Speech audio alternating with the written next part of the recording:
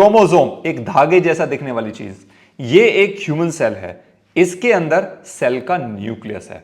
इस न्यूक्लियस के अंदर क्रोमोसोम बैठा है, ये रहा। ये क्रोमोसोम एक थ्रेड जैसा स्ट्रक्चर होता है और ये क्रोमोसोम हमारे डीएनए से बना होता है।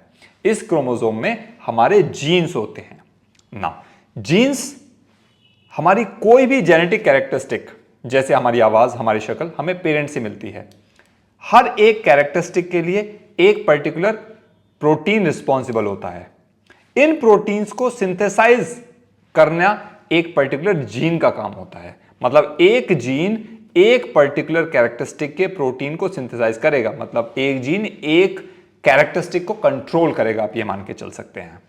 जीन्स हमेशा पेयर्स में काम करते हैं। Genes controlling same characteristic are represented by same letter. मतलब कोई भी कैरेक्टरिस्टिक है, सपोज टॉलनेस का है, तो उनको सेम लेटर्स टी से रिप्रेजेंट करेंगे। अभी आगे एग्जांपल में समझाऊंगा। इन लेटर्स को हम जीनोटाइप कहते हैं। जैसे सपोज करो कैरेक्टरिस्टिक है हमारी टॉलनेस या डॉफनेस की, मतलब किसी की हाइट है, ठीक है, तो हमने उसके दो जीनोटाइप बना दिए। एक है कैपिटल टी जीनोटाइप, इसको बोलेंगे टॉलनेस का जीनोटाइप, और एक है स्मॉल टी जीनोटाइप, जिसको बोलेंगे डॉफनेस का जीनोटाइप। और ये दोनों जीनोटाइप हैं सेम कैरेक्टरिस्टिक के लिए। कौन सी कैरेक्टरिस्टिक है? किसी की भी हाइट, या तो उसकी हाइट ज्यादा होगी, कम होगी। ज्यादा होगी तो कैपिटल टी हो जाएगा और कम होगी तो स्मॉल टी हो जाएगा। आगे जीनोटाइप की दो फॉर्म्स हो सकती हैं। एक होता है डोमिनेंट जीनोटाइप, मतलब जो अपना प्रभाव ज्यादा छोड़ेगा, और एक होगा रिसेसिव जीनोटाइप, जो अपना प्रभाव कम छोड़ेगा। एग्जांपल समझते हैं। देखिए, हाइट को सपोज करो, हाइट को या टॉलनेस को एक हम कैरेक्टरिस्टिक मान लेते हैं। मतलब कोई भी व्यक्ति या तो टॉल होगा या डॉफ होगा, बौना होगा, कम हाइट होगी उसकी।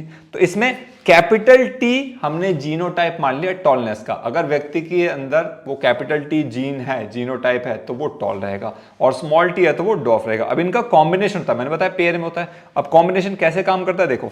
सपोज करो एक टेबल बना लिया जीनोटाइप का, और उस जीनोटाइप के ऊपर बेस्ड उसकी कैरेक्टरिस्टिक आदमी दिखेगा कैसा हमें।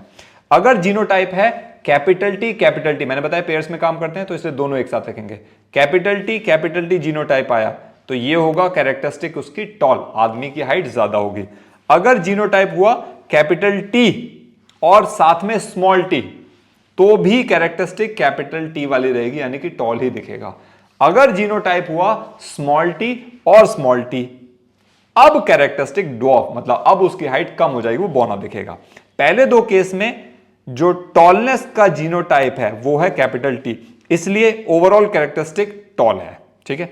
यहां पर कैपिटल टी हमारा हो गया डोमिनेंट जीनोटाइप, क्योंकि वही डोमिनेट कर रहा है। सेकंड केस में देखो, इसमें कैपिटल टी और स्मॉल टी दोनों है, लेकिन आदमी की फाइनल हाइट, ओवरऑल हाइट कैसी आ रही? कैरेक्टरिस्टिक टॉल आ रही है ना, तो कैपिटल टी टॉलनेस यहां पे डोमिनेट कर रहा है, इसलिए उसको बोलेंगे डोमिनेंट जीनोटाइप। थर्ड केस में दोनों जीनोटाइप अब स्मॉल टी है, ठीक है, डॉफनेस के, इसलिए ओवरऑल कैरेक्टरिस्टिक डॉफ है, यानी कि यहां पर ये जो स्मॉल टी है वो रिसेसिव जीनोटाइप है।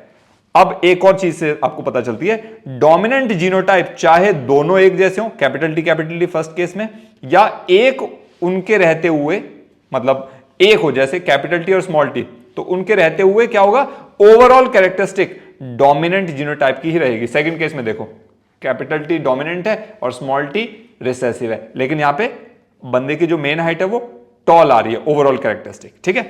केवल डोमिनेंट जीनोटाइप की एब्सेंस जब होगी, मतलब जब दोनों केस में दोनों जीनोटाइप हमारे रिसेसिव ही हो, स्मॉल टी थर्ड केस, तब ओवरऑल कैरेक्टरिस्टिक आपकी रिसेसिव जीनोटाइप की आएगी, यानी कि डॉफनेस की आएगी। थर्ड एग्जांपल हमने समझ सकते हैं।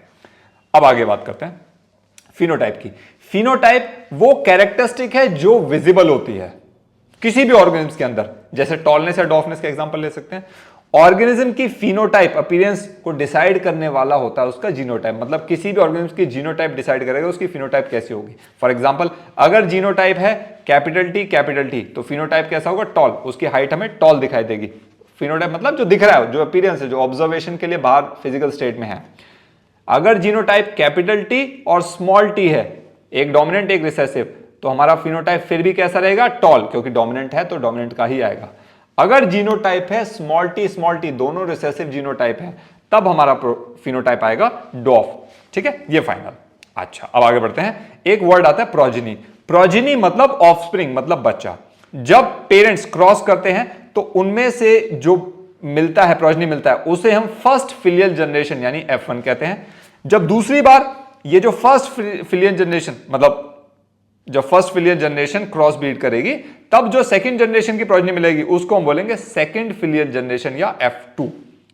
इसको ऐसे मानो, सपोज आपके केस में लेते हैं, सपोज आपके दादाजी को हम रखते हैं पेरेंट्स के स्टेज पे, ठीक है। दादाजी दादी जी जब क्रॉस करते हैं तो जो आपके पेरेंट्स होते हैं, आपके जो माता पिता हैं, वो F1 फिलियल जनरेशन है। अब माता पिता हमारे जब बड़े हो जाते हैं, जब वो क्रॉस करते हैं तो उसके बाद जो हमें जो सेकंड जनरेशन मिलती है उसको बोलेंगे सेकंड फिलियल जनरेशन F2। वो कौन है? वो हम, आप लोग, ठीक है, क्लियर। सो दादाजी फर्स्ट स्टेज पे हो गए, पेरेंट्स हो गए, माता पिता फर्स्ट फिलियल जनरेशन F1 होगी, और बच्चे यानी कि हम सेकंड फिलियल जनरेशन या F2 हो गए। आई होप आपको ये वीडियो अच्छी लगी होगी।